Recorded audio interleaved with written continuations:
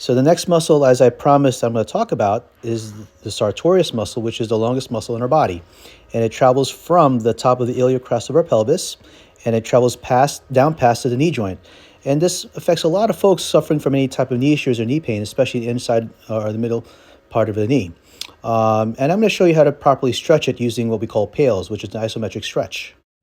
All right, so this is a great way to stretch out your sartorius muscle, which is, again, the longest muscle we have that travels from all the way from your iliac crest, actually your ASIS or anterior superior iliac spine, all the way down and crosses down to your knee joint here. This tends to be a big issue for a lot of folks, especially having knee issues, including myself when I tore my sartorius back when I was in high school running track.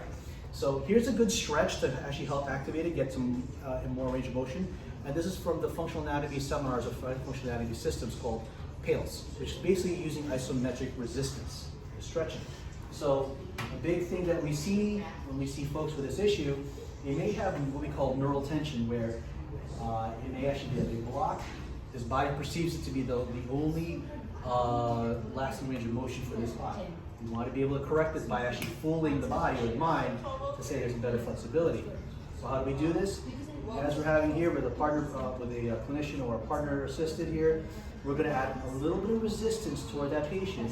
Patient now apply the same small amount of resistance, equal resistance towards me. Right.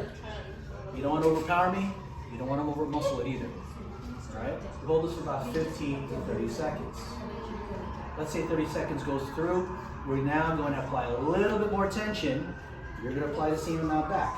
A little more. Same thing, 30 seconds goes through, we apply a little more, and we apply more. Keep going and keep going. So it gets to a point already where we're putting a lot of pressure. He's pushing back at me. He may be starting shaking. This is great. This is now we're starting to actually activate everything neurologically. Now after about a minute or so, you can go ahead and relax. We could actually put more range into that joint. And we could repeat the same process up to the patient's limit. And that's how we do the stretch for this PALS stretch for the sartorius muscle.